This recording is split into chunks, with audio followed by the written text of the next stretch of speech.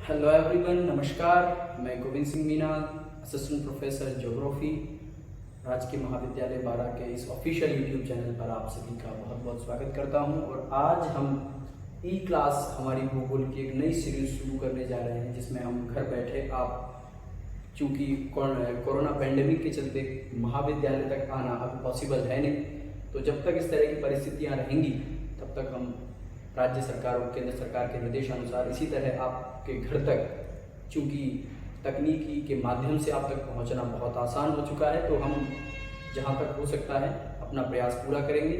और आज से एक नई सीरीज भूगोल की प्रतिदिन एक वीडियो लेक्चर के माध्यम से आप तक पहुंचाने का प्रयास करेंगे, जिससे आपकी पढ़ाई पर कोई अंतर नहीं पड़े। हम हमारे भूगोल के सब्जेक्ट को विषयवार या टॉपिक वाइज हम उसको डिवाइड करके सिलेबस के अकॉर्डिंगली हम चलने का प्रयास करेंगे। तो आइए बिना किसी देरी के सब्जेक्ट की शुरुआत करते हैं। सबसे पहले जो बच्चे जिनकी रुचि भूगोल में नहीं है उनको मैं बताता चलूं कि ज्योग्राफी एक बहुत ही इंटरेस्टिंग और बहुत कंसेप्चुअल सब्जेक्ट है। बहुत आसानी से इसको समझा जा सकता है। बस आप जैसे जैसे ज्योग्राफी में आगे बढ़ते जाएंगे, थोड़ा सा ध्यान देते जाएंगे, वैसे वैसे आपके सब्जेक्ट के प्रति रुचि और समझ दोनों विकसित होती चली जाएगी। ज्योग्राफी जो शब्द है, सबसे पहले इरेटोस्थनीज ने लिया।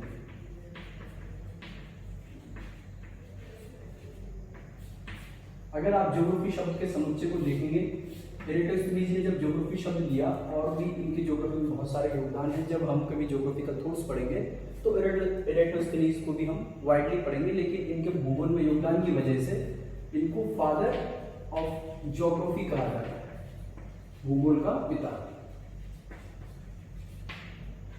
इरेटोस्थनीज को भूगोल के पिता के रूप में, चूंकि उनका योगदान बहुत बड़ा है, जिसके विषय में हम फिर कभी आगे हमारी जो वीडियो की सीरीज होगी उसमें चर्चा करेंगे।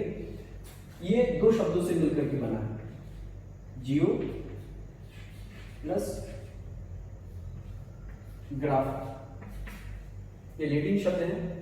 एनसीईआरटी में बात करें तो ये केवल जी प्लस ग्राफ से मिलकर बना है, जिसमें जी का अर्थ यहाँ पे है पृथ्वी, और ग्राफ का अर्थ होता है बनाना, या दूसरे अर्थों में अगर हम लिखें तो जानना।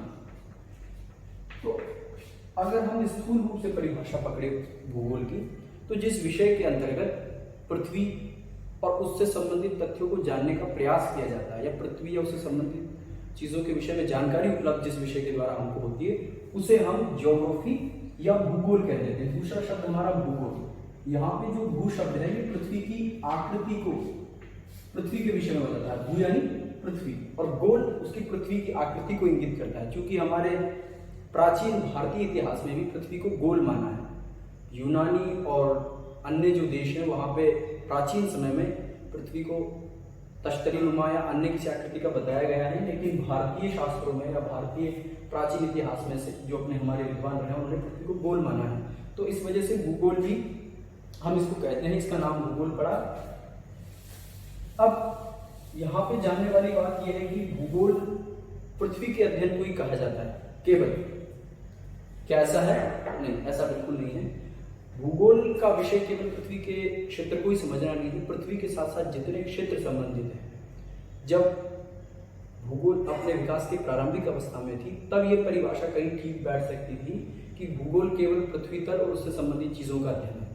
लेकिन जैसे जैसे भूगोल का विकास हुआ, भूगोल में नए आयाम जुड़ते गए, वैसे वैसे भूगोल की डेफिनेशन भी बदलती चली गई। अगर आज हम देखें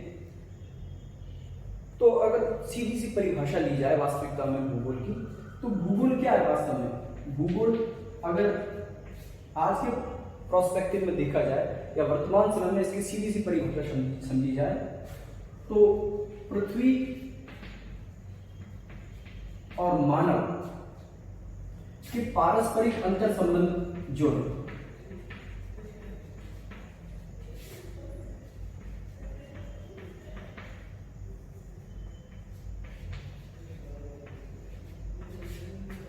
उनका अध्ययन हम भूगोल में करते हैं।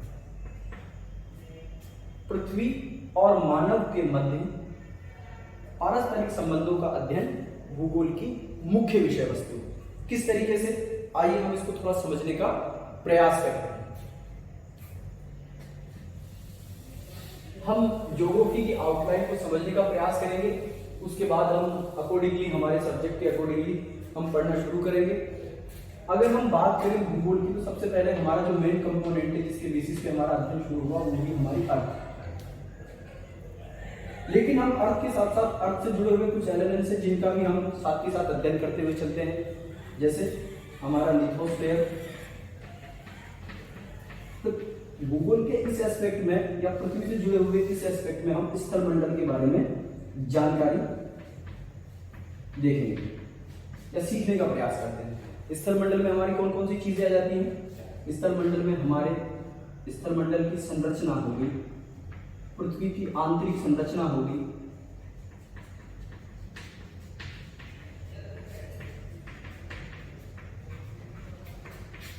विभिन्न तरह के उच्चावच हो गए पृथ्वी पर, चाहे वो पठार, पर्वत, मैदान आदि हो, तो ये हम लिथोस्फीयर में पढ़ते हैं या पृथ्वी के स्थलमंडल के भाग के रूप में पढ़ते हैं।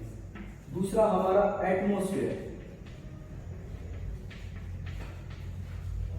या वायुमंडल जिसको हम कहते हैं।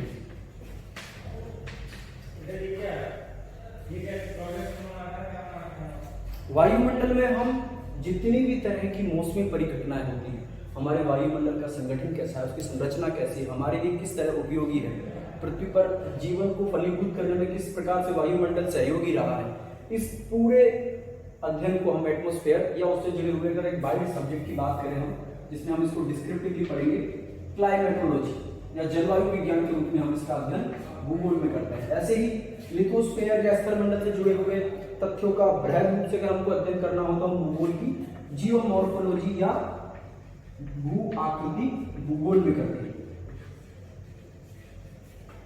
जियोमॉर्फोलॉजी। तीसरा एस्पेक्ट पृथ्वी का हो गया हाइड्रोस्फीयर, जलमंडल।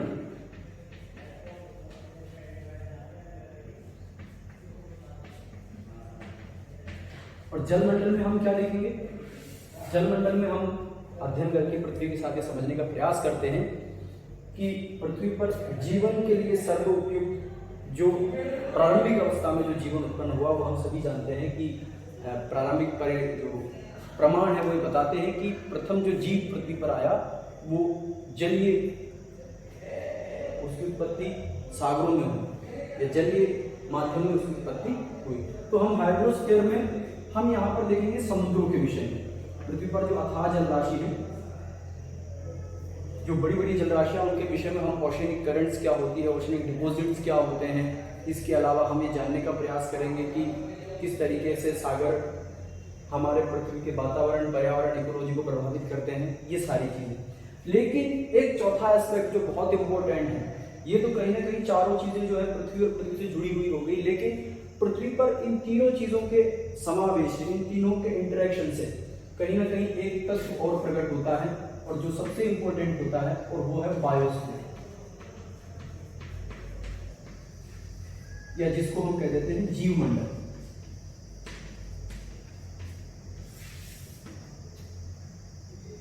अगर इसको थोड़ा इस प्रकार से भी समझा जाए तो इसको हम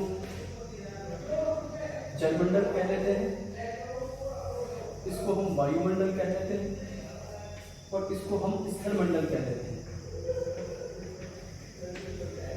तो बीच का जहां पे ये तीनों भाग मिले हुए हैं, ये हमारे बायोस्फीयर को या जीवमंडल को इंगित करते हैं।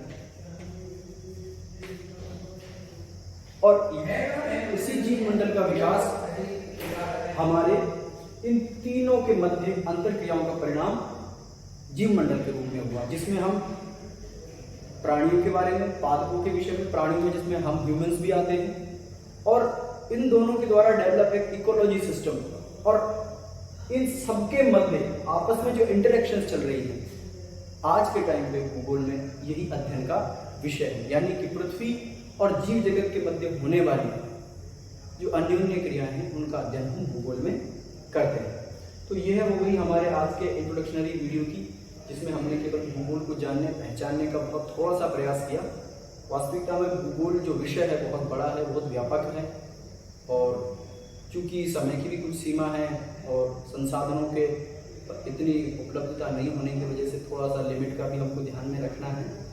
सो आज का वीडियो आपको कैसा लगा ये कमेंट में बताने का प्रयास करें, आपके लिए कितना उपयोगी रहा, इसमें क्या क्या सुधार किए जा सकते हैं वो भी आप हमें लिखें। और कोई चीज़ अगर आपकी समझ में नहीं आ रही हो, वैसे तो ये एक शुरुआती वीडियो है और उसमें धीरे धीरे हम प्रयास करेंगे कि हम खुद भी इसका एनालिसिस करेंगे और देखेंगे कि कहाँ कहाँ सुधार करने की आवश्यकता है। अब मैं थोड़ा सा एक खाका ये तैयार करता हुआ चलूँ, ये तो केवल हमने विषय का एक परिचय दिया कि हम किस प्रकार से भूगोल के प्रति समझ पैदा कर सकते हैं, हम क्या पढ़ना चाहते हैं उसके विषय में थोड़ी सी हम समझ विकसित कर सकें। अब हम थोड़ा सा देख लें कि हम आगामी कक्षा में क्या पढ़ेंगे। तो हम बीए फर्स्ट ईयर के लिए हमारा सबसे पहला सेशन शुरू करेंगे और बीए फर्स्ट ईयर के लिए हम यूनिट वाइज चलेंगे। यूनिवर्सिटी ऑफ कोटा के सिलेबस के अकॉर्डिंग हम कल से पढ़ना शुरू करेंगे एवोल्यूशन ऑफ द अर्थ, पृथ्वी का विकास कैसे हुआ, एवोल्यूशन ऑफ अर्थ। इसके बाद हम पढ़ेंगे हमारा solar system,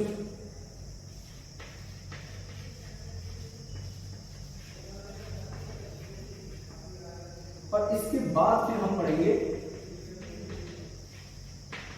interior of the earth, हमारी पृथ्वी की आंतरिक संरचना कैसी है। तो आगामी जो 3 बिंदु हैं हमारे, जिनको हम आगे के वीडियो सीरीज में कैप्चर करेंगे, वो हमारे 3 बिंदु ये हैं। सबसे पहले हम पृथ्वी का उद्विकास कैसे हुआ और उससे जुड़ी हुई कुछ महत्वपूर्ण जो अवधारणा है उनके बारे में पढ़ने का प्रयास करेंगे। फिर उसके बाद हम हमारे सौर मंडल का एक परिचय लेते हुए उसके बाद हम पृथ्वी की आंतरिक संरचना कैसी उसको समझने का प्रयास करेंगे। फिर इसके बाद आगे क्या पढ़ेंगे वो हम आगे के वीडियोस में आपको बताएंगे, आगे का कंटेंट आपको वहीं पता चलेगा। तो आज ये पहला दिन था, पहली क्लास थी। आपको जो भी एक्सपीरियंस हो कमेंट में साझा कीजिए, कोई सुझाव हो तो भी दीजिए। चैनल को सब्सक्राइब जरूर कर लें ताकि आपको जितने भी वीडियोस डाले जाते हैं उनके नोटिफिकेशंस आपको अकॉर्डिंग टाइम के अकॉर्डिंगली मिलते रहें। धन्यवाद।